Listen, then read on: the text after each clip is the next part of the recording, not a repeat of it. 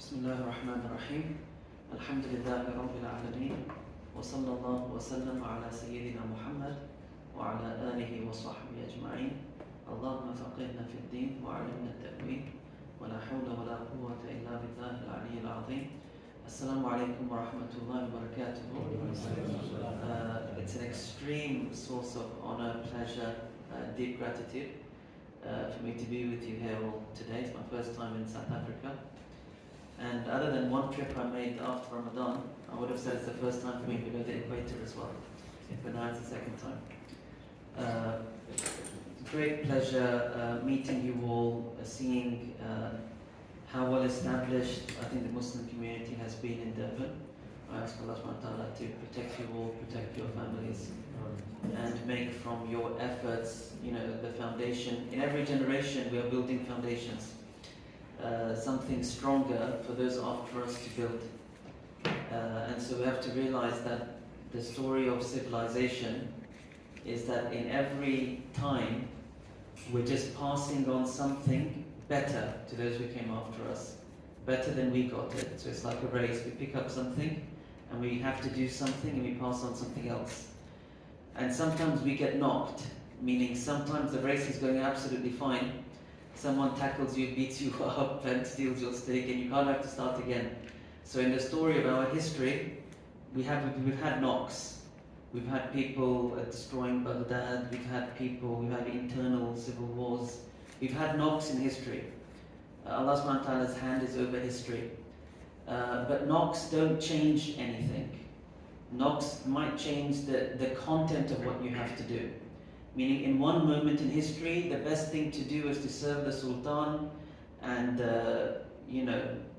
be a good citizen. In other parts, the best thing you can do is to worship Allah secretly, because if you were to speak about it, you'd be killed, and you maintain that worship. But in both of those, what are you doing? You are passing on this prophetic trust. Allah subhanahu wa ta'ala says in the Holy Quran, وَتِلْكَ الْأَيَّامُ نُدَاوِلُهَا بَيْنَ النَّاسِ وَلِيَعْلَمَ اللَّهُ الَّذِينَ آمَنُوا وَيَتَّخِذَ مِنْكُمْ شُهَدَاءَ. Allah says those are days that we sort of rotate between people, meaning sometimes Muslims will be on top and sometimes they're going to be on the bottom. Sometimes you're going to feel glorious, victorious, triumphant. Sometimes you'll feel a bit defeated. Why aren't we winning here? Why is it so bad there? Why are we so behind here? Allah says that's His destiny for civilization. Just like it's in your own life, you will have days and years where you feel at the bottom in your health or your family or your business or your social setup. But these things don't last. You'll have other times when you feel really on top. And so these rotating opportunities in your life are just like what happens in our civilization history. And nothing is bad. Everything is just an opportunity to worship. And if you happen to be in a time when Muslims feel like they're more on the bottom, this is your opportunity to contribute to pulling the wheel up or pushing the wheel up. And if we succeed at that and we intend that and we lay bricks towards a better future, a second greatness or a third or fourth as you might count it in history, then our hope and prayer is that we will have the reward of all of those who come after us. It's as simple as that. There's a generation that came before us that built a masajid in this town, built Quran schools in this town. If it were not for their doing that, we probably wouldn't have the idea of being here today. So they have that reward, isn't it? Whatever we're doing today, the reward is theirs. Our job is to know what to do next. What we can do from where we are, so we have the rewards of those who come after us, and those who come after us can do much more than we could ever do. So what's the roadmap? Basically, this is the question. I wanted to explore one way to think about this question, like what's our job as Muslims wherever we are. And I'm going to claim and do my best to prove that Muslims wherever they are and whenever they only ever have one job. Keep it very simple. And the one job is to, you could say build Medina. I'll just say it like that, 2 words. We all ever have one job as a community in any time and place. It is to build Medina. Building Medina is the activity that starts our Islamic calendar. It is the project of our Prophet ﷺ where he brought the Muslims into a community. So when I talk about building Medina, I'm talking about building community. When I talk about building Medina, I'm talking about living correctly as an ummah. You can't separate Medina from ummah. So we'll talk a lot about ummah today. Building Medina is what it means, and when the Sharia, all of the Sharia was revealed in Medina. Rules of prayer, rules of zakat, rules of taxation, rules of war, rules of marriage, rules of trade. And so Medina is the beginning of this map of how Allah wants human beings to live until the end of time. And so Allah didn't just send personal teachings, Allah sent His Prophet لِيُظْهِرَهُ عَلَى الدِّينِ كُلِّهِ. That this Prophet should be zahir, his teaching should be manifest, his teaching should be triumphant, and all other deen, all other codes of life should be underneath, not on top. What does it mean to be underneath and on top? I also want to look at that briefly today. So, it says here an exploration through fiqh. And so as the Sheikh said, my own journey over the last decade especially, and a little bit more as well, has been in this space called fiqh or Islamic law. And my specializing has been in the Hanafi school of law. And what I feel that we've done in fiqh, Islamic law, it has lots of instructions, right? This is halal and this is haram and that's how you pay and that's what's required in zakat. But these rules of fiqh, we've often treated them as individual. Like, what should I do? Is my prayer valid? Is my marriage done? Can I buy this house in this contract? We made it very personal. But what I want to be showing you today is that the fiqh book isn't just a personal code, it is the blueprint of Medina. It is the blueprint of the prophetic city. It's the essential map that we are collectively tasked to build wherever we are. And if we don't build it, we are not fulfilling the trust. We are not living as Muslims. We are not representing the Prophet as he should be represented in this age. Sallallahu Alaihi Wasallam. And to remind you also, this is the age of the Prophet. Sallallahu Alaihi Wasallam. He's the Prophet of 2024. The people who live around us, he is sent to them. Nobody else is sent to them, he is sent to them. Where is he? Here. He is here in his community. In the words of the Holy Quran, وَاعْلَمُوا أَنَّ فِيكُمْ رَسُولَ اللَّهِ. Know that, in the literal translation, in you is the messenger of God. He is through his ummah. How did he want his ummah to present itself to the world? It was through this sharia, which he built in the city of Medina. Which is why when he died, sallallahu alaihi wasallam, his only instruction to people, it wasn't actually to translate the Quran or to give YouTube talks or any of that. It was really simple. It was go over the earth and build Medina.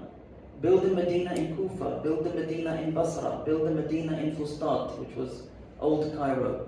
Build it in Damascus, build it in Persia, build it. And you know, when the Muslims went to those lands, there was no forced conversion, there was no destruction of churches, there was no banning people from any of what they used to do. But over the centuries, people wanted to be part of this ummah. Because its sharia created honor for its community. So if you build an honorable way of living, that is the da'wah. Is that making sense? It's not all about what you talk or what you write, but what you build. That's what the Sharia is. Build a correct way of living in the world. That is what the final Prophet brought to mankind. That's the vessel for his message. Build it, serve it, the people will come. Because people are looking for a good way to live in this world. So that's the essence of what I want to explore with you today. How am I going to explore that with you today? There's a longer form of this presentation you can find online, over 2 hours, but when I talk to people, they say, I don't have 2 hours to watch this thing. So I'm going to do my best to do this in 1 hour, and you can go and find the longer form as well. What I'd like to do, briefly introduce fiqh, because many of us have different relationships with fiqh. Some of us have good relationships, Some of us, the relationship is a little bit on ice. Some of us, we want to forget the relationship. Some of us never had the relationship. But fiqh is fiqh fi deen. It means to understand this deen. So I wanted a little bit, one slide on fiqh, one slide on Medina. What do I mean by Medina? And then the bulk of the presentation is what I call mapping metaphysical Medina. What do we mean by metaphysical? It's a strange philosophical word. But all I mean by that is Medina is not a thing in the past. It is the reason for the present. Meaning what? Why is Allah subhanahu wa ta'ala creating this moment? Why is the world still running? Why? Because in this moment, Allah has an instruction for people, which is to follow this Prophet sallallahu alaihi wasallam. So Medina, you could say, that is the reason for this moment.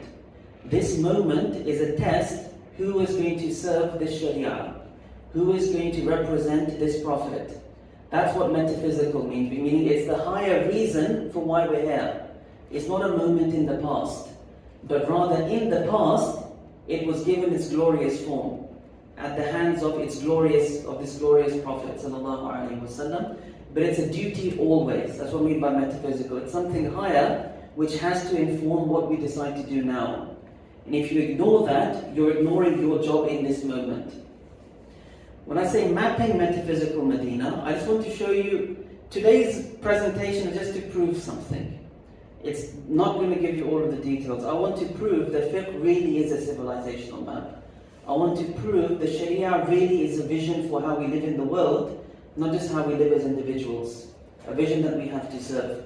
So mapping is just to illustrate that through some cases. I'll be looking just at 4 chapters of fiqh, just in the view of time. Then finally, number 4 is building Medina. So what should we do today? Now, you were all in South Africa. My deep impression, and I'm curious to see how the discussion will validate or not validate this, is you're far ahead of us in England. You've done much more than we've done. And all that means is, your next step might not be the same as our next step. And it could be in different things. We have different ways to learn from each other. So I'll be curious to learn what it means to you all. And that's it, and then we will wrap up, inshallah ta'ala. Monday part 1, don't worry about that. Okay. Is fiqh law? So all I want to say is fiqh is not law. We call it Islamic law, but the word doesn't mean law. The word fiqh means deep understanding. The word law typically means it's a set of rules that you have to follow. Why was fiqh called deep understanding? It's because it's a tradition whose purpose is, when you study a book of fiqh, the purpose of that study is you deepen your understanding of what Allah wants from you and from the world.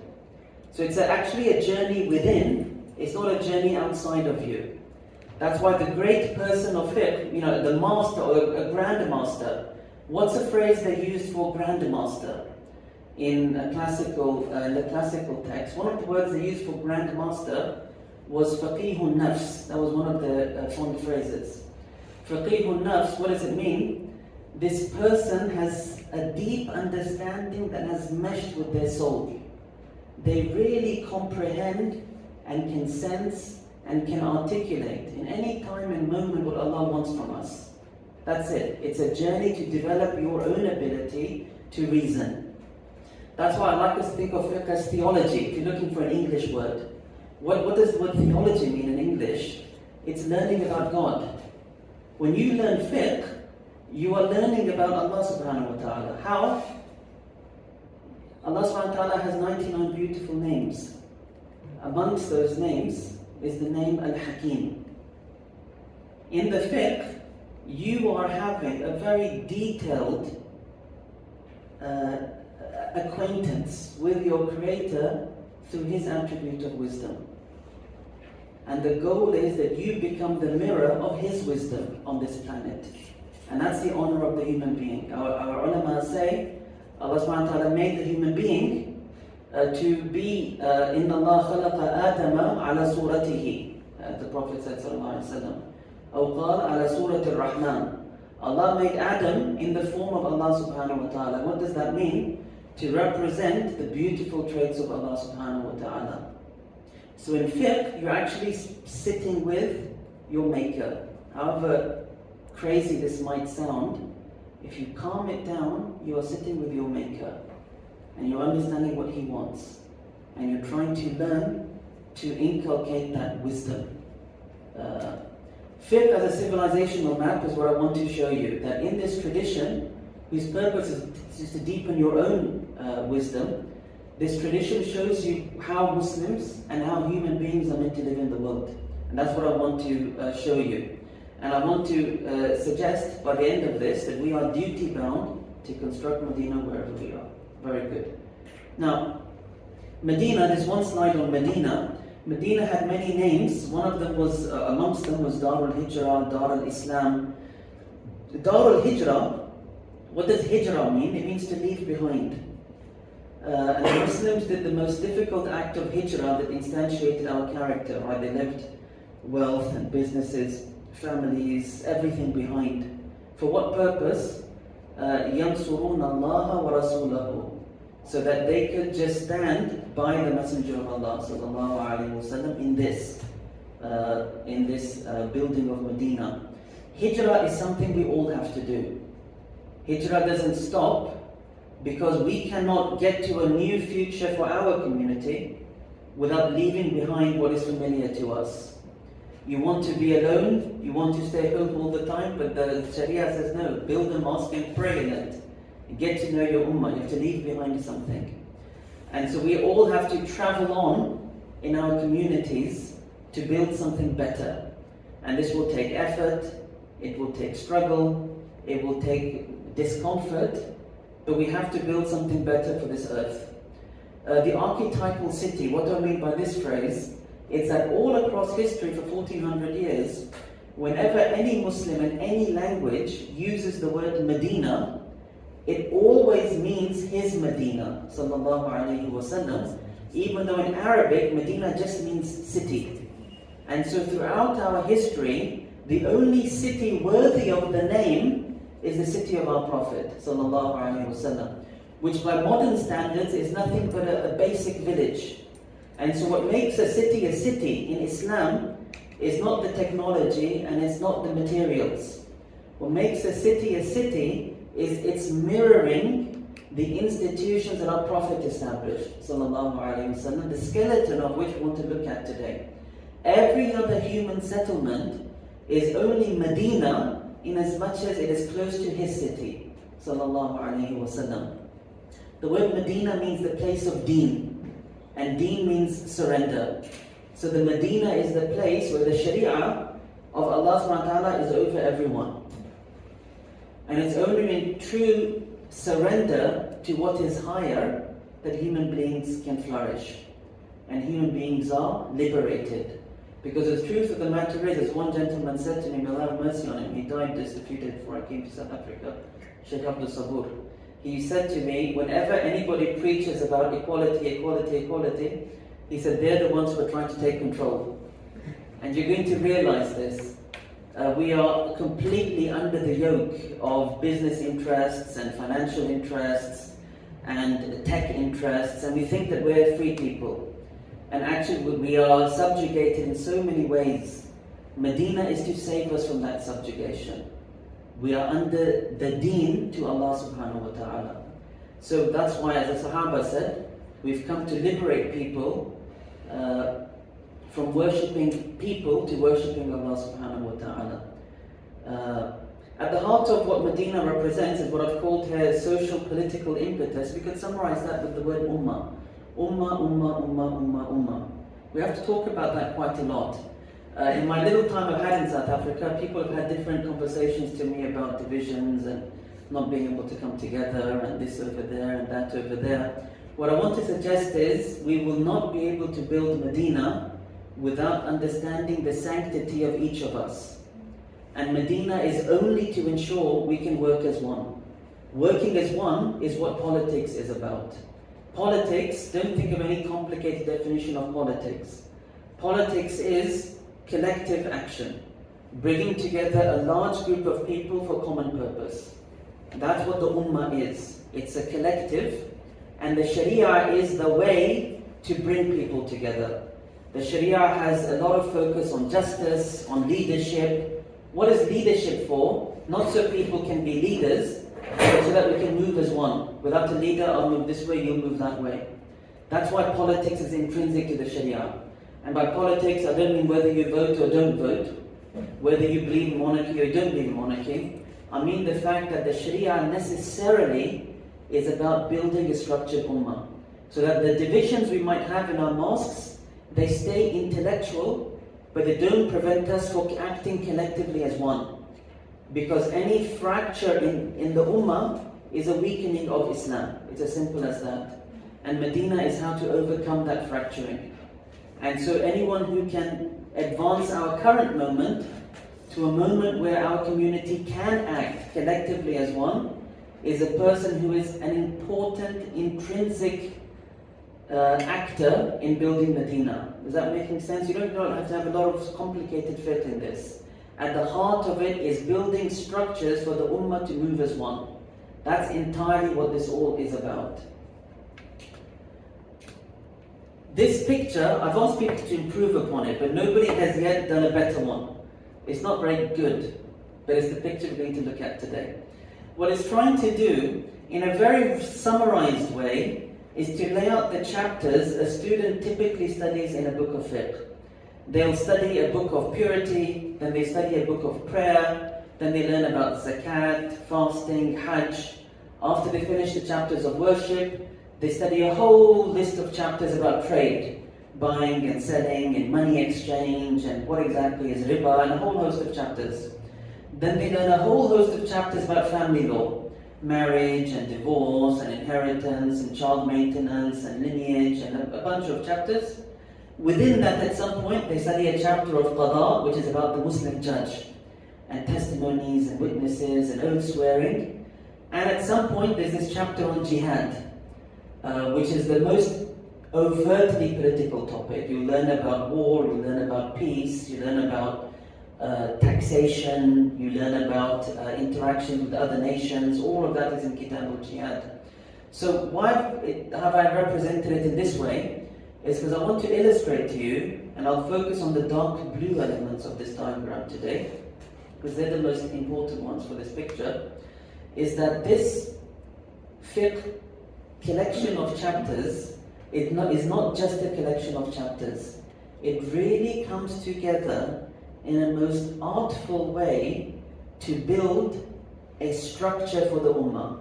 And that's all I mean when I say build Medina. It's not about going back to the sand, it's not about going off the grid. It's having a way that we work together as a community off of this skeleton. What I will be showing you today is nothing but a skeleton. It is not everything which you must build. But if we serve the skeleton, it will guide us to the other institutions that we have to build.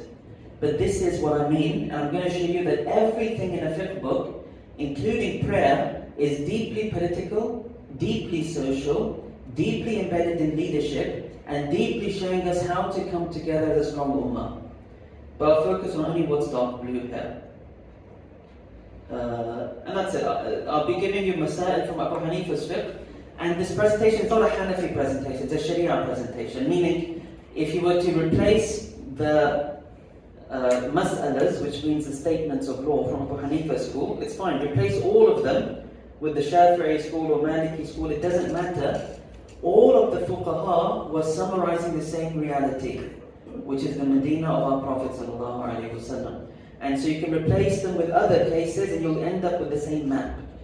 But just to illustrate the map, everything you're going to see today is from the fiqh of Abu Hanifa.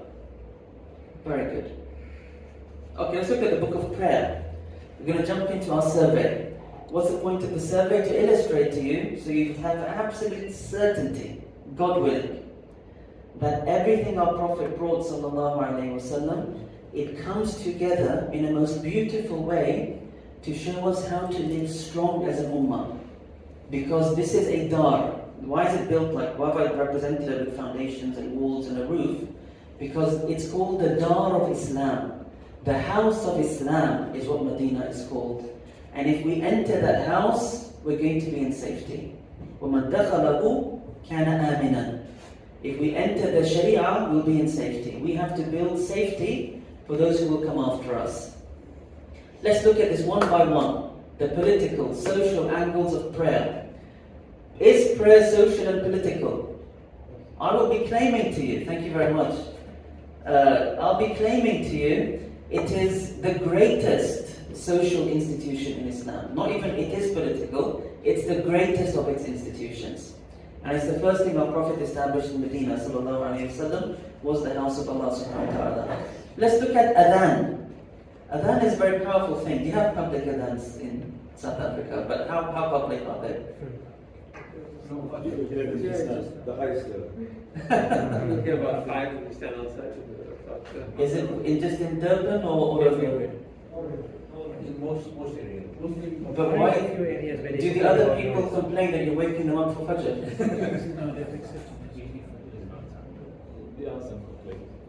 But the law protects you doing Lawadaat at Fajr. Fajr only. Huh? And for some of the areas for Fajr we can't do it in loud. But And all the other ones you can. we can. Yes. See, this is quite amazing. There are certain masajid which have taken a decision not to give the adhan over the mic for they have done. Now, this is quite fascinating. Again, that's why I said I think you'll be quite advanced over us in many ways. Because the adhan is, I like us to think of as the anthem of Darul Islam. It's the declaration that this space is the space of Allah and His Messenger. Which is why, in a Muslim settlement, if they refuse to give the adhan, according to fiqh of Abu Hanifa, the government is compelled to go in and force an adhan to happen. If it means sending in the army, if they fight, you have to make sure the adhan is happening. It's the government has no option in this, but it's the declaration that Allah and His Messenger are over this realm. It's a very, very powerful symbol of belonging. And so I'm going to call it that deeply social, deeply political. We then have the duty to establish public prayers. Similarly, the adhan is a call to group prayers, i.e. masajid with jama'at. Wherever Muslims, wherever there is a settlement in a Muslim country or Muslim government where there's no public prayers, the government is compelled, no, you have to establish public prayers, you have no option in this. And so you cannot have a Muslim settlement without public prayers. What the individual does is a separate question. If someone is busy and working and caring and so on. But as a public, we must have a space in which people gather 5 times a day. And what does that do? As you all know, it is the foundation of building an ummah. If it were not for masajid, creating people's praying shoulder to shoulder, we would have no sense of an ummah. We have no sense of we are one. And we have to stand for each other, defend each other, and everything else that has come off the back of that.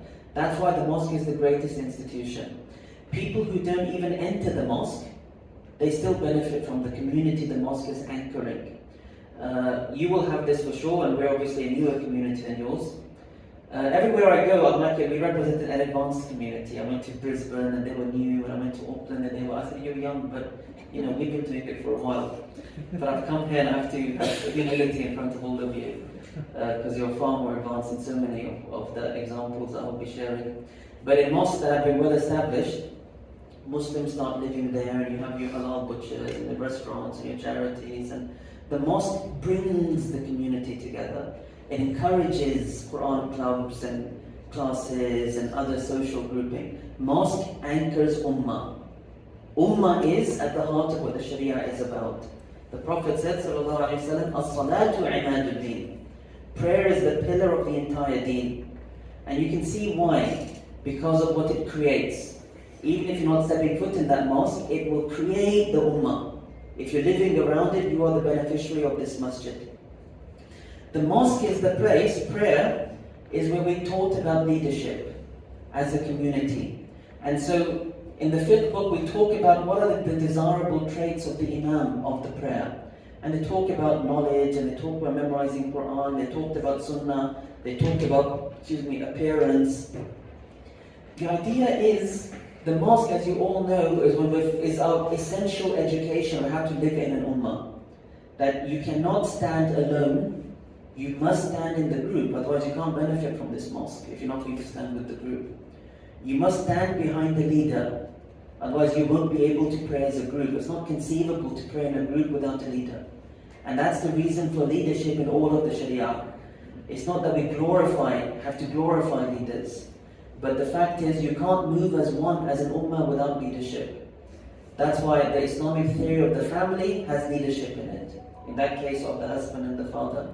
The Islamic theory of travel has leadership in it. Pick a leader. War, leadership. Zakat, as we'll see, leadership. Hajj, leadership. We don't feel it now, because the Hajj has become so big. But Hajj was meant to have a leader, in fact, called the Amir of Hajj. Everyone was meant to follow that person. No one can leave Arafat for that person. So the Sharia is teaching you that moving as an ummah is the most essential feature in Medina, and you won't do it without leadership. And you have to do your best to choose your best leaders, which is what these traits are. But at the end of the day, whoever is that leader, if you break away from that person, you break away from the jama'ah. You suffer because you don't have the jama'ah. Jama'ah is weakened because you're not with it anymore. Do you get it? All of our politics is in prayer. All of the political theory is in how we pray. Which is why prayer is the essential education in Islam. Not primary school, not secondary school, not university. The most basic education of how to be a Muslim in the world is all in the mosque. And I'm not even going to any of the details, because dress is in the mosque, gender sex. The mosque teaches so many things. But right now the focus is on the political. So anyway, we've got that. He doesn't prolong the prayer. In the fiqh of prayer, the leader is told you've got to look out for the people. If you pray it too long and they don't end up coming, who's to blame? The leader is. So we're not glorifying kings and telling everyone shut up and follow. We're saying everyone has a duty to move as an ummah. Whoever creates a fracture in the ummah is, in the words of the Prophet ﷺ, fattan, troublemaker. When Sayyidina Mu'adh, may Allah be pleased with him, prolonged the prayer and people complained, the Prophet ﷺ, he said to Mu'adh, أَفَتَّانٌ أَنْتَ يَا Mu'adh? Are you a troublemaker, Mu'adh? So can you see, even the leader isn't glorifying on his throne. How do we move as one? How do we move as one? Is what the prayer is teaching everybody. The larger the group, the better, but this is clear. If the Imam is absent or is the Mu'adhin, they don't stand to his presence. Very, very minor detail, but there's the most beautiful etiquette of how we move as an ummah. So they say if the Imam is somewhere else and we all stand up waiting for the Imam, it's like we're saying, what's wrong with you? You're the employee and where are you? So they say the etiquette is, stay sitting, just wait. Fine, just stay sitting, let him come. When he comes, then stand. So the finest etiquettes of social living is in the rules of prayer. I've just given you just a survey. But this is the essential Islamic education. That's why when we talk about all these fractures and divisions, you can't put them together, we can't do that. It's a human reality, but it also means we're not learning. Because the Sharia's essential education is how to overcome that. Friday prayer is one of the great institutions in the Sharia. Friday prayer, if you look at the rules of Friday prayer, they're like mind-boggling. And there's no modern institution in any modern state that can do what Friday prayer achieves. Which is what? Number one, in the classical fiqh, Friday prayer only takes place in cities. It's not a prayer for villages. What's a city? They say you have a government and you have a police and you have judges, and it has the basic features of what I'm going to call Medina today, that the Sharia is active properly and fully in a city. Anywhere where there's a city, people are obliged to do what? Jummah is meant to be one prayer per city. Cities grew and people thought about, well, we can't all park in the same mosque. If all of Durban parks in the one mosque, it'll be quite a difficult thing, I think. In old cities in the Muslim world, there was only one Friday mosque per city. The Jami' of Kufa, the Jami' of Basra, the Jami' al-Umawi in Damascus, I think it was Jami' Amr ibn al-As, I think it was in Old Cairo, or just one. Why is there only one Jummah? Because once a week, all the men, who also happen to be the default military call on that city, right? All of the men must stand shoulder to shoulder to shoulder in a single prayer. If anyone falls away from that prayer, they have no Jummah. If they want to break away, that second group isn't a Jummah. There's no act like it in any modern state that I'm aware of, because it creates the most powerful notion of communal unity. That we will stand and move and prostrate shoulder to shoulder as one group in every single city. Now, it even says here, people are barred from praying Dhuhr in prison in a group. Why? There should be no semblance of a breakaway group. We shouldn't let people entertain, we'll do our own thing. There's no such thing as your own thing on Friday. It's the unifying active ritual of the city. Now, how can you get the whole city behind one imam? Because one group, if the imam is Brelvi or Deobandi or Salafi or Mu'tazili or whatever it might be, some people will say he hasn't got right aqidah, and this guy, he wipes on his socks, or this guy this and this guy that. How will you ever bring a group together under a single imam? Our fuqaha said the only way you can do it is through the political. What's the purpose of the political? It's to create unified movement, right? That's why we have leadership. So they said, I can't show up and say, this is my CV, please make me, I'm applying to be the Imam of Jummah. It doesn't mean anything. They said the governor of that town, the Muslim ruler of Durban, is the only one who can appoint the Friday Imam. And if he happens to be Mu'tazili or Shafi'i or Brelvi or whatever it might be, tough luck. You're sinful if you don't pray with these people. So, can you see, so the government has to appoint Jummah, and the government has to ensure that Allah is remembered. Not government. So it's not a ritual to say how glorious is the king. It's a ritual to say how glorious is Allah.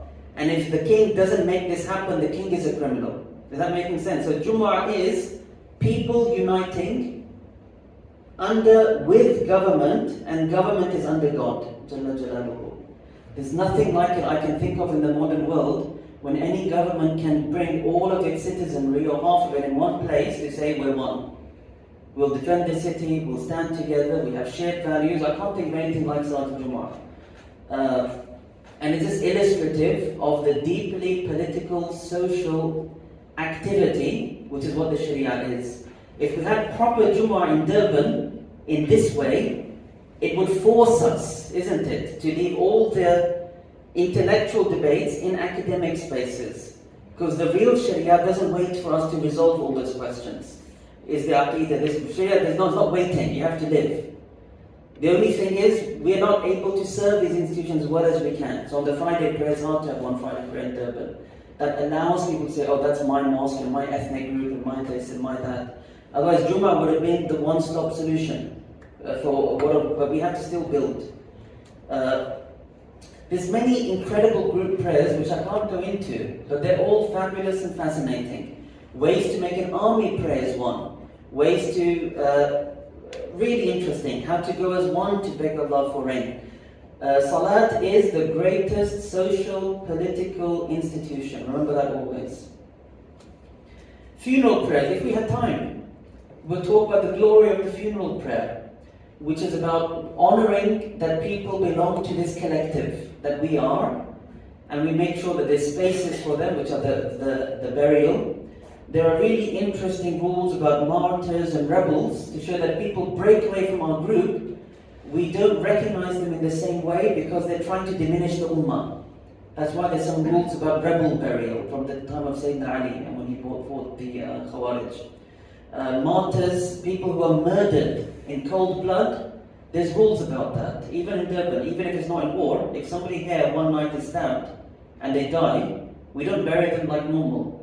We keep them in their blood. We don't take off their clothing. We treat them as martyrs in fiqh of Abu Hanifa because we're offering this to Allah. We're saying this person is mazloom.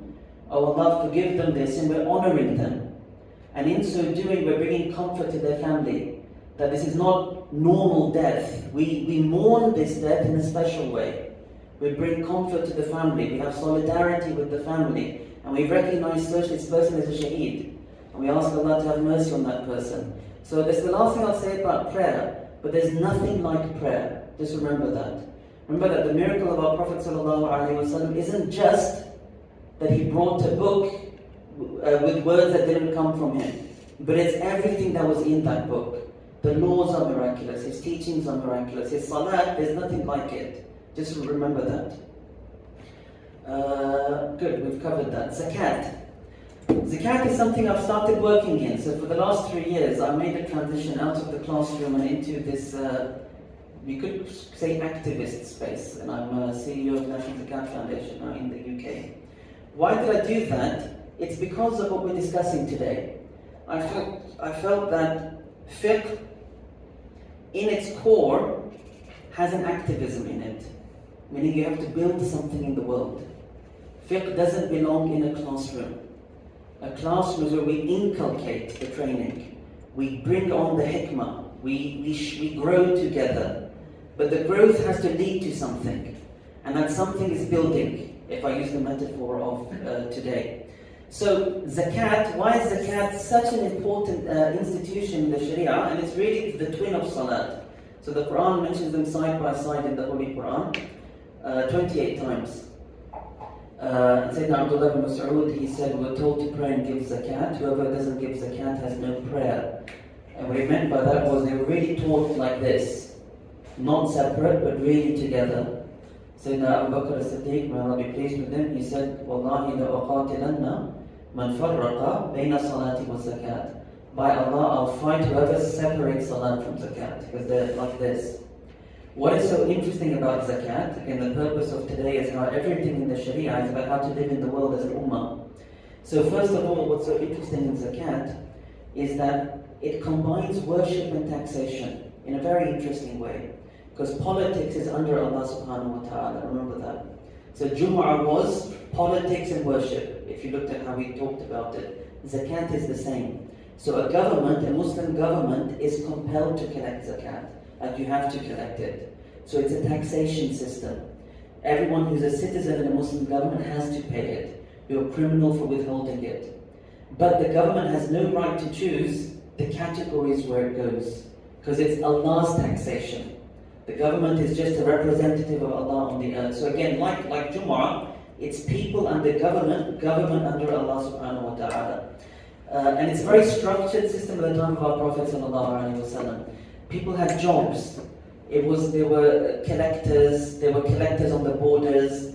There were shepherds whose job it was to look after the camels that were collected in zakat. There were scribes whose job it was to inscribe what wealth has been recorded. It's a full system. And that's the issue when we relegate zakat to just a personal duty. I paid my zakat, I did it on mine. Oh, you've done it there. But what have we built? Where's the system?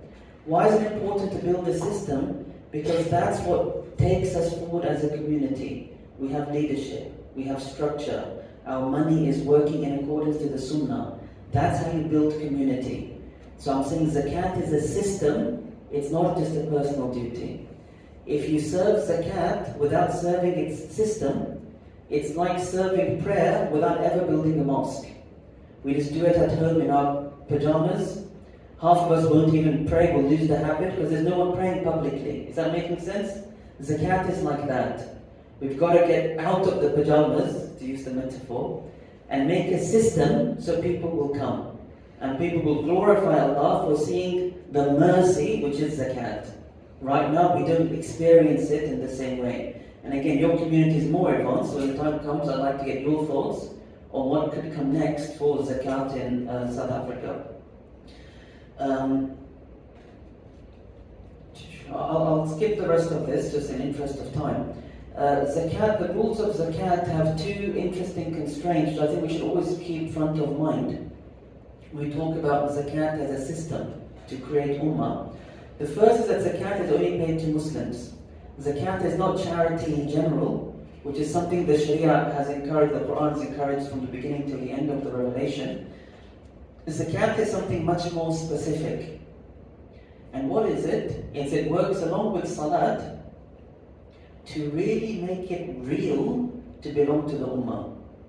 So when anybody says, La ilaha illallah Muhammad Rasulullah sallallahu alayhi wasallam, then whatever their lifestyle might be, and whatever their appearance might be, and whatever their grouping might be, by virtue of La ilaha illallah Muhammad Rasulullah sallallahu alayhi wasallam, they have a right on your wealth.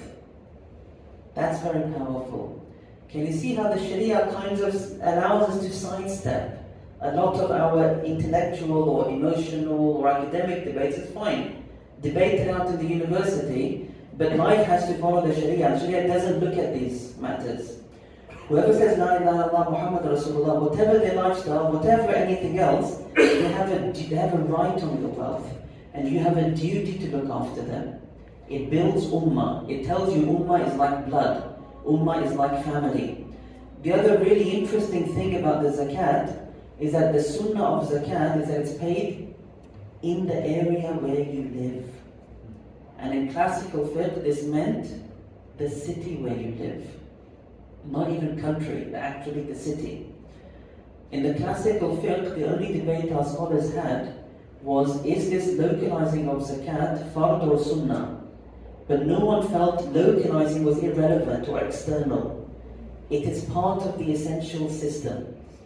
Why is that? Because it's meant to create within us a sense of responsibility for the ummah where you live. And that is meant to unlock what? A particular form of activism. That some amongst us become essential.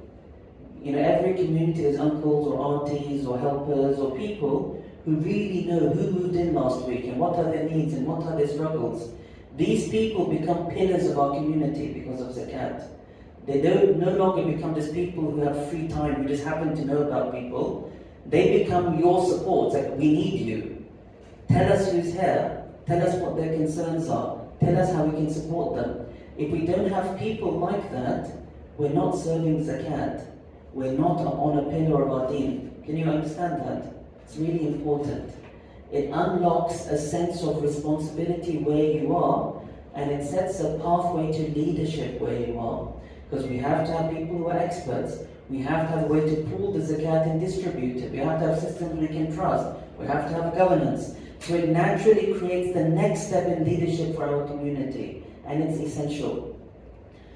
That's all I'll say on this point, but the reason why, if I speak about my UK context, it seems to me that making a viable zakat system in the UK, I feel it is the next frontier for our community.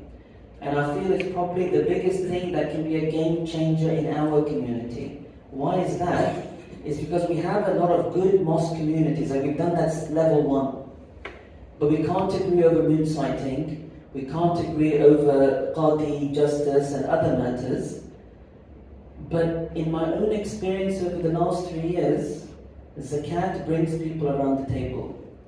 They can be of whatever persuasion and grouping or whatever they like, but poor people are coming to their mosques and they don't know how to help them. And they know they have to do something, and they'll come to the table.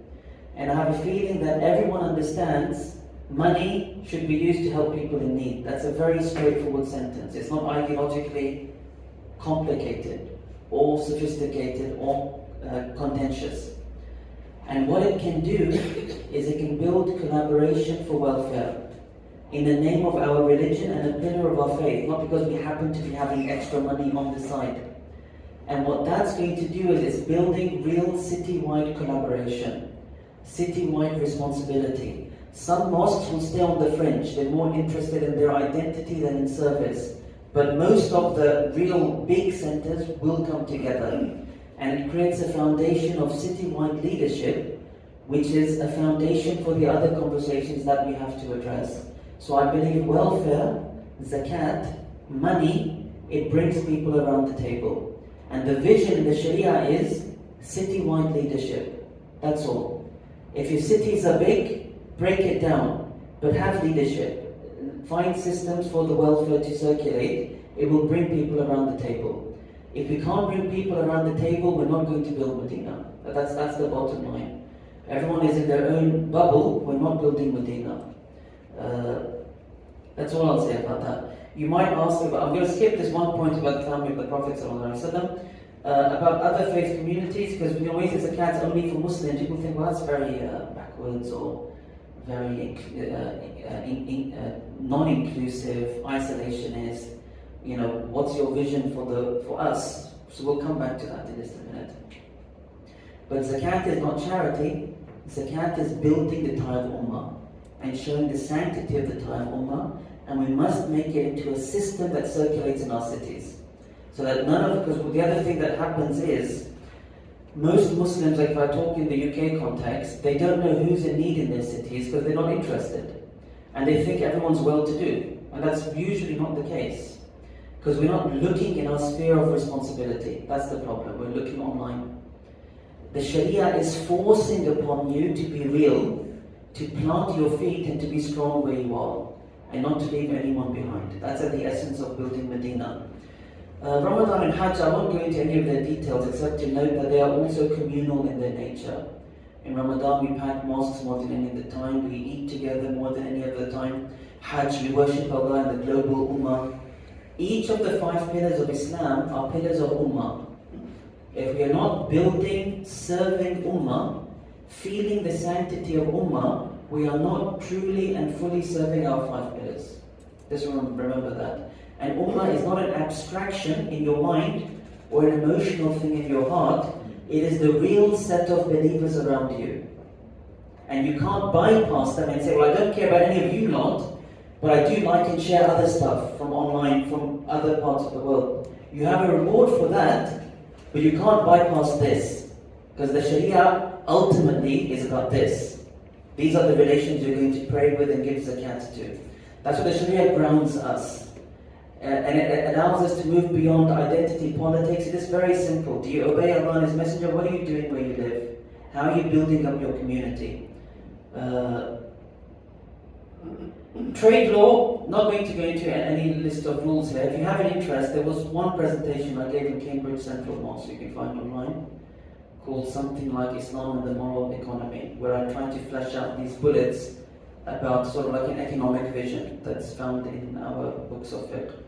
But all I'll say in short is, economic justice is very important to our Prophet ﷺ, because without economic justice, people are enslaved by definition.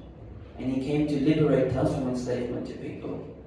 And so every Muslim, by virtue of saying La ilaha illallah Muhammad Rasulullah sallallahu alayhi wasallam, has made a commitment to a fair market.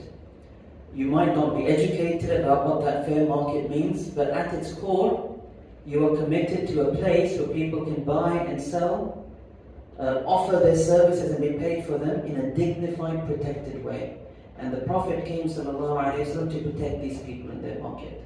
Just remember that, and the rest of the details we can come to subsequently. Family law, the Prophet sallallahu alayhi wasallam, he came to protect the sanctity of family, especially the rights of children.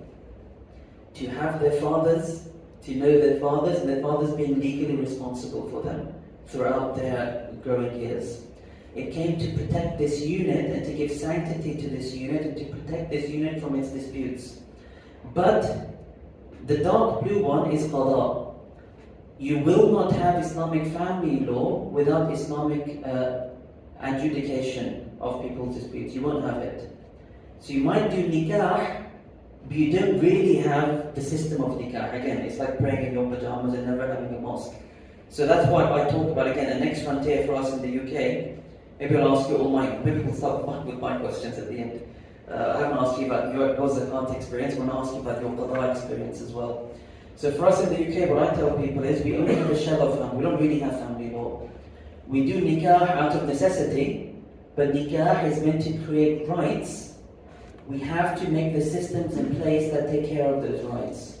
If we don't do that, this is not Islamic family law. And people have every right to complain that Muslims oppress women or don't give rights to this. Why are they saying that? It's because we don't have family law, we just have nikah as a contract. And so the qadi becomes the essential pillar of Darul Islam. If the foundation of this building is the ummah and the clear notion of ummah that the 5 pillars are building, then the walls of social dealing are only going to be protected by the pillar of qada. The Qadi is what our Prophet was, sallallahu alayhi wa sallam. He was the Qadi in Medina. He sent Sayyidina Ali to be the Qadi in Yemen. It was of the most honorable of duties, which is to sit in, it used to be in the mosque, to sit in the mosque and judge between people in their disputes. Why is that? Because if the whole Sharia is about the sanctity of an ummah that can move as one, anytime there's a dispute, there's become a fracture within the ummah. We need to, as soon as possible, mend that. And how do you mend that? Through justice. Yes, someone might feel that the judge got it wrong, he didn't listen to my this, and that's fine. Two parties will never be fully in agreement over a judge's judgment. But what the judge's judgment does, it closes the matter. We don't want year-long disputes. Is this house mine? Is this house yours? And this business, it should, as quickly as possible, conclude it, close it. That's why the Qadi was meant to be in the mosque. The Qadi was told, don't waste it, well, not waste your time, but the Fuqaha said, if the Qadi is busy with judgments, he shouldn't be praying Sunnah prayers. They said that. Pray your Fard, go back to the chair of Qada. You're meant to help people resolve their disputes. So that's all I want to say, that it's the most essential institution. We in the UK, we're starting this journey. When I come to question time, probably I'll just keep talking so I don't overstep. I'll keep my eye on 8 o'clock, in my mind I started at 7. In my mind, because that's what I saw, not because I mentioned it. I want to ask you at the end about this. So in the UK now, we're starting with these Qadi courts, Islamic Sharia councils. It's a very tricky business. People are marrying and divorcing, and maybe this procedure wasn't the best, and that, it's very early and messy. But I believe it's a duty for us to go through this and make it mature and tidy. Otherwise, you will not have an ummah. It's as simple as that. And I'll come to a little bit more about qada once I come to jihad. Jihad is very important. Jihad is the book of fiqh which most gives you this overview of the political vision of the Islamic sacred law.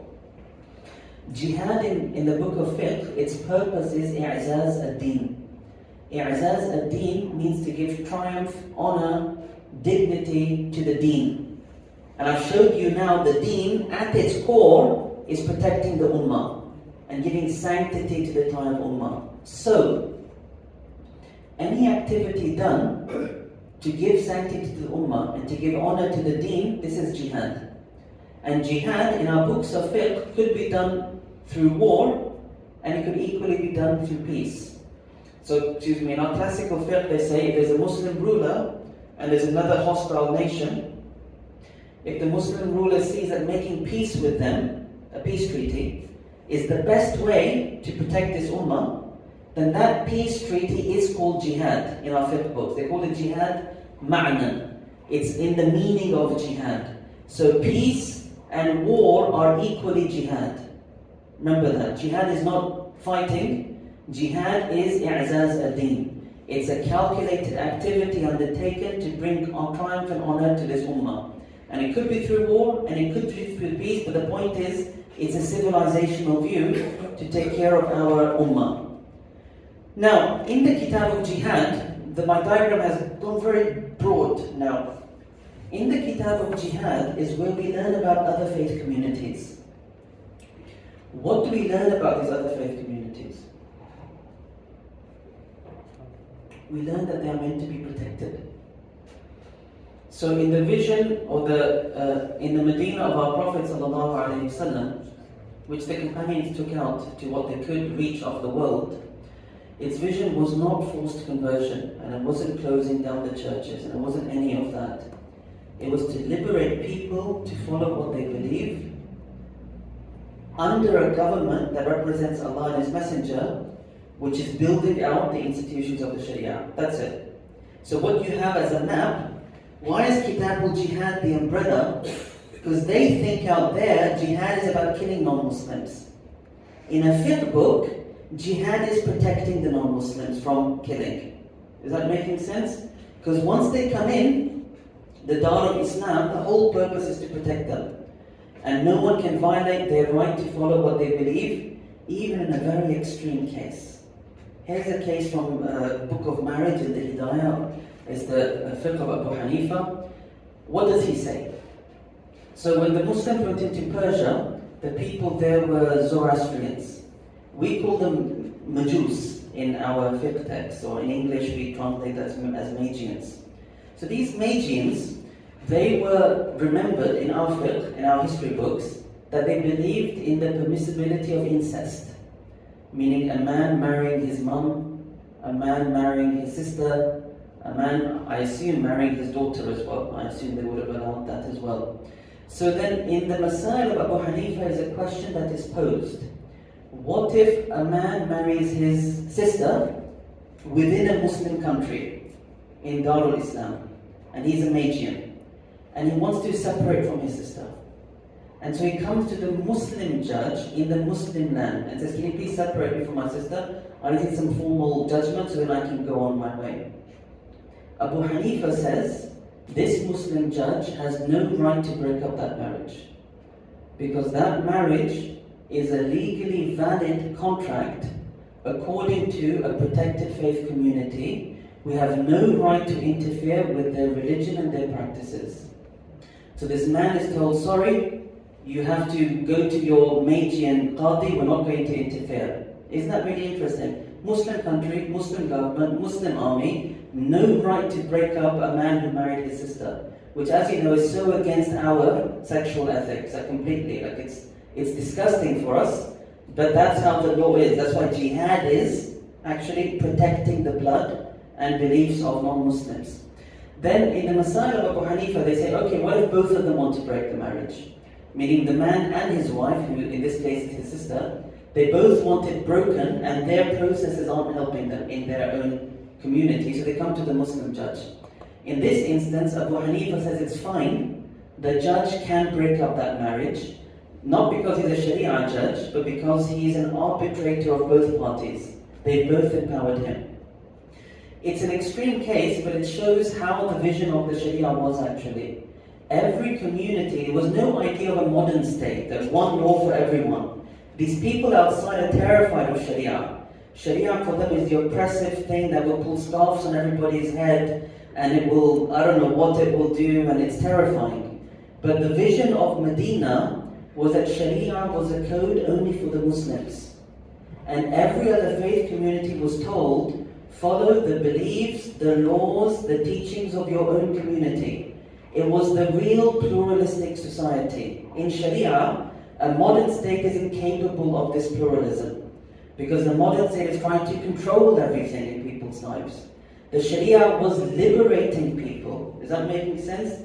The jihad is to keep that out, that level of human control.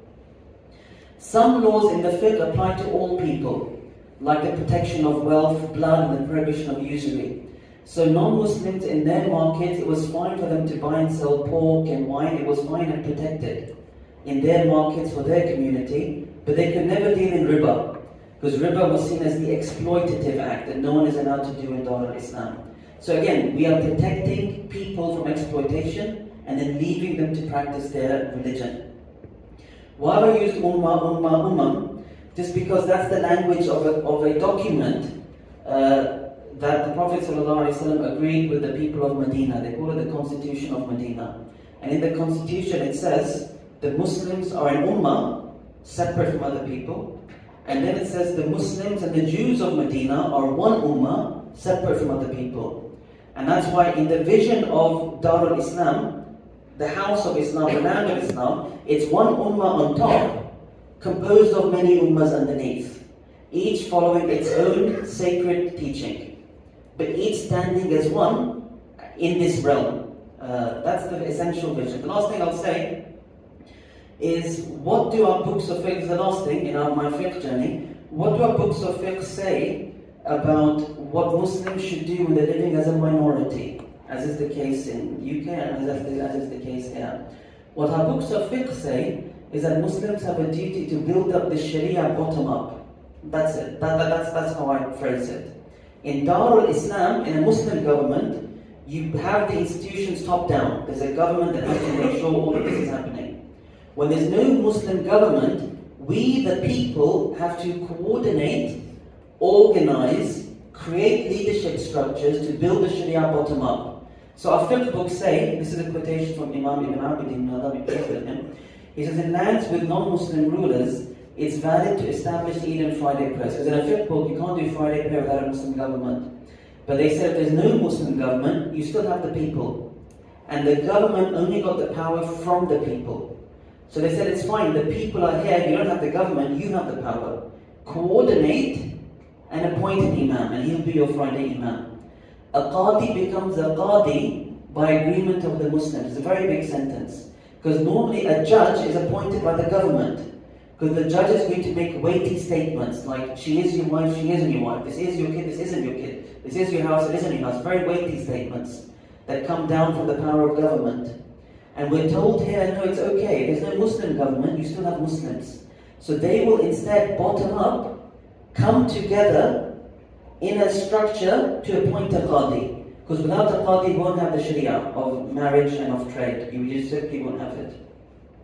Then it says at the end, it is incumbent on them to seek a Muslim governor. So it's saying, Ibn Abd is saying, don't stop there. Build right to the top of the pyramid. How do you build to the top? You go to that non-Muslim king or whatever it is, keep good relations, build up your sharia, build it. And when you're ready, you say to the king, listen, we're good people, we're good citizens, we're paying our taxes, we're doing so much welfare, our mosques are great, blah, blah, blah. Can you just give us a Muslim ruler, please? It might sound very strange and backwards, because the world is a different sort of political structure. That's how they wanted us to do it. And then why so? Because you can only truly enforce law for the power of government. Because when that person says, he's your Muslim ruler under King so-and-so, like imagine under King Charles, there's under Muslim governor of Britain, because he's connected to government, he has more power to enforce the Sharia. He can put people in jail for violating marital payments that are due. He can really make it real. And that's all that we're told to do. So, what do we get out of this little survey in classical fiqh? Is that whether Muslims are politically dominant, like in a Muslim land, or politically subservient, like in this land, they only ever have one duty. You have to build the Medina to the best of your ability, which from generation to generation might involve different steps. So what do we do here then? I'll leave it to you. What should we be doing in Durban or what should we be doing in England? I think it starts with jihad, however strange it sounds. And what does that mean? I believe we have to make sure from every pulpit, in every school, in every madrasa, in every interaction, we have to really drill into the minds of people that the best thing you can do after taking care of your personal duties and responsibilities is to use whatever skill or ability you have to serve the ummah. It's very simple. That's the jihad impetus. What are you doing for the community? You're a lawyer. What are you doing for the ummah? You're a doctor. You're a teacher. You're a laborer. You're a poet. You're an author. You're a this. You're a that. Allah has you're rich. Allah has scattered the gifts in the community. Everyone should be told the highest thing you can do in your life. Our Prophet said, sallallahu alaihi wasallam, وَذِرْوَةُ سِنَامِهِ الْجِهَادِ. Like the highest hump of the deen is jihad. That's it. So once you've done your basic, within yourself, you've taken care of your dependents, you've housed them, you've clothed them, you've sheltered them, you've done what you have to do, and then if you have a surplus in time, or a surplus in wealth, or a surplus in anything else, the highest thing you can do is to use that surplus to bring honor to the deen, to bring honor to the community. Are you an organizer? Then organize. Are you a peacemaker? Then bring the people around the table and make the peace. Is that making sense? It's the jihad narrative. We live for the ummah. We bleed for the ummah. We die for the ummah. And ummah is not just something on Facebook. Ummah is the real set of relationships, really where we live. So it starts with the jihad narrative. We live, die, bleed for ummah. And it's real, and it comes out of our surplus. And it could be anything that enters your heart of how you can use your gifts to bring unity, to bring honor, to bring dignity, to bring Medina to where you live. After that, we just go through the map. Maybe in the UK, we have mosques, we have group prayers, we don't have public adhan, but I'm not convinced that A, will achieve it, and B, it's the right place to start for us, because it's the anthem for Dar al-Islam. If you've done it, you've basically half-conquered the country, is what I'm saying. So it's amazing that you've done that. It's like you've put the flag on the parliament without them realizing the flag's on the parliament. That's what it looks like with the public adhan. It's quite remarkable. But one thing is Jumu'ah. Jumu'ah should be centralized. So maybe we coordinate Jumu'ah. We have standards for the Jumu'ah Imam, which we don't always have, where we are. Zakat, I told you, I believe it's the next imperative, it's the next frontier. I think it's the next game changer, and I think will transform what it means to be an ummah, where we live. And I'll come to ask you when I'm done, one or two questions I have for you. What's your zakat experience for yourself as individuals and your view of it, and what you think might be the good next frontier for zakat in South Africa? I think qada is really important. I've stressed it today. I think we have to find a way to address it, because qada fixes problems in marriages. Qada fixes Ramadan and noon sighting, by the way, just tied to qada as well. And qada is about our sense of a moral vision for our communities. We have to think about trade law, and we have to think about, we've made Islamic financial institutions which have essentially carved out a space for us to breathe in a riba economy. But can we do better? Can we imagine Sharia-informed solutions based on actual cooperative, sharing, non-exploitative solutions?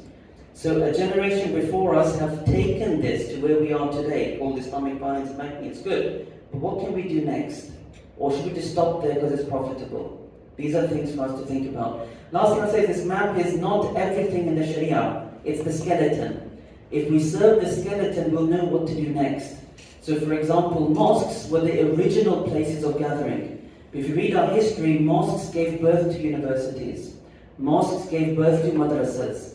Mosques gave birth to, they called them khanqahs or zawiyas. People would gather for spiritual activity. So it's like, I'm not saying these are the only institutions, these are the skeletal institutions of Medina. If you build them, you'll be guided to other matters that you have to build. Things, I've not mentioned education here. Education is the enabler of Medina. So we have to figure out, how do we educate people? How do we reach people? How do you mobilize people? Through imam development, through all sorts. So everything fits in. But think of the skeleton and then serve it, basically. Very good. Imagine Mum's welcome to have Sheikh Bilal here. We had a very wonderful 10-year dinner on Saturday night just to celebrate the incredible work in imam development. So all of this is not alien. It's not, imams are there, it's a nice project, good, I'm glad you're doing it. It's intrinsic to making this work. That's what I'm saying. It's a skeleton, but you can anchor everything onto it and you have a map for yourself. That's why it's important. Another thing about jihad. If jihad is all activism to serve the ummah and give honor to the deen, then I have a simple litmus test for you. Someone might say, I have the ability to write and to do this, should I become a journalist, for example? And you all know this for a fact. The bombs that are dropping on Gaza, may Allah protect its people and accept them as shuhada, and help them overcome their enemies, all of them. The bombs that are dropping over Gaza, the victory is won before the bomb is even dropped, because they know for a fact no one's going to touch them. So the war is not on the battlefield anymore. The war is in these political spaces. The whole world is obviously in awe of South Africa because you've made such a big political win in this. The war is in journalism, the war is in education. So can you see that? It's real. The jihad is in all the spheres of our life. The battle is right at the end, actually. And by the time you come to the battle, these people have already won it because of everything else. So if you want a litmus test for yourself, should I be a journalist? Should I join the ANC party? Should I do this? Should I do that? It's a really simple test for yourself. Because I believe each and every one of us has to figure out our jihad. What's the thing you're going to contribute to the ummah with? I think a very simple thing to ask yourself is, does this activity lead to i'azaz ad-din? Does this activity accord with the Sharia? And normally people might disagree, like should I join, in our case in the UK, Labour Party, Conservative Party or not? Mufti A might say haram, Mufti B might say wajib, Mufti C might say something. So it's not that you'll find one answer. But like in most things in your life, you have to ask, you have to try, you have to pray, you have to consider, but you have to make a decision. Is this what Allah wants from me? And if it is, then you do it. And even more than that, you have to do it if nobody else is. Simple as that. Meaning, if it enters your heart that joining a political party is something the Muslims need, and if when you assess you are the only one who can do it, or the best one that can do it, then what right do you have not to do it? It's a bit of a scary way of putting it, but I want you all to think about that. And there's a masala in our fiqh that says that, by the way. In our fiqh, there's a masala in Kitab Adab al-Qadi. Everything is in the fiqh, because our tradition is glorious. We just don't always know how to learn from it. In our book, Adab al-Qadi, there's a mas'ala that says, should I be a Qadi or should I run away from being a Qadi? Abu Hanifa died running away from being a Qadi. He didn't want to be in this corrupt governmental structure. Our scholar said it's fine to run away to be a Qadi unless the person they're going to appoint is not fitting for this role, then you have to be the Qadi. So that's the basis for this from our fiqh. Virtue of dying in Medina. You all know how beautiful and rewarding it is to die in Medina. And yet you also know that a very large number of the companions did not die in Medina. They died out. Why is that? Because they died building Medina. And to die building Medina is not a small and insignificant task. You all can die building Medina. You all can die mujahideen fi sabilillah. All that is just twisting something in your perspective. Giving yourself a roadmap and moving. We all have this. The virtue of the blessings of Allah not absent from us. So I will leave it there. As an image of Medina, what's so incredible about this is everything I've shared about the institutions, the history, the honor, the justice, it all took place in the Medina of our Prophet ﷺ, which is exactly where the mosque is. The mosque, our scholars say, is the entire city of Medina at the time of our Prophet ﷺ, meaning when it expanded, it covered all of Medina. And it's amazing that this system, this justice, this clarity, this light, all took place in that very short space, geographical space. And it's a beautiful thing that Allah destined for that space to become a sanctuary, where if you pray in it, it's like praying hundreds of prayers somewhere else. And it's the place where these people sweated, and they died, and they married, and they divorced. They lived this. And our only job is to spread the light of this place. Jazakumullah khair, that's all I wanted to share. Allah yabarak feekum. Alhamdulillah Rabbil Alameen. Ya Rabbana lakal hamd kama yanbaghi li jalali wajhika wa li 'azimi sultanik. Subhanaka la nuhsi thana'an 'alayka anta kama athnayta 'ala nafsik. Allahumma salli wa sallim wa barik 'ala sayyidina Muhammadin wa 'ala alihi wa sahbihi ajma'in. Allahumma inna nas'aluka ath-thabata fil amal wal 'azima 'ala ar-rushd. Allahumma inna nas'aluka shukra ni'matika wa husna 'ibadatika. اللهم إنا نسألك قلبا سليما ولسانا صادقا. اللهم إنا نسألك من فعل اللهم إنا نستغفرك لما تعلم إنك أنت علام الغيوب. اللهم إنا نسألك فعل الخيرات وترك المنكرات وحب المساكين وأن تغفر لنا وترحمنا. وإذا أردت بقوم فتنة فاقبضنا إليك غير مفتونين. اللهم إنا نسألك حبك وحب من يحبك وحب عمل يبلغنا حبك. ربنا آتنا في الدنيا حسنة وفي الآخرة حسنة وقنا عذاب النار. اللهم يا مقلب القلوب ثبت قلوبنا على دينك. اللهم يا مصرف القلوب صرف قلوبنا إلى طاعتك. ربنا لا تزغ قلوبنا بعد إذ هديتنا وهب لنا من لدنك رحمة إنك أنت الوهاب. اللهم أصلح أمة محمد صلى الله عليه وسلم. اللهم فرج عن أمة محمد صلى الله عليه وسلم. اللهم انصر أمة محمد صلى الله عليه وسلم. Allah bless all those who are gathered here, bless them in their families, in their children, in their wealth, in their homes, in their work, in their lives. Oh Allah subhanahu wa ta'ala, make this city a thriving model from the cities in which the Ummah of your Prophet sallallahu alaihi wasallam has settled. Bless them in their mosques and in their schools and in their centers. Bless them in their zakat and in their qada. Oh Allah, inspire them to create a model that the whole world is going to follow, and to give them the reward of all that will come after them. Oh Allah, unite all of our hearts and give us the blessing to stand as one. And no one can bring the hearts together except you to bring our hearts together. Wa sallallahu ta'ala ala sayyidina Muhammad wa ala alihi wa sahbihi ajma'in. Alhamdulillah.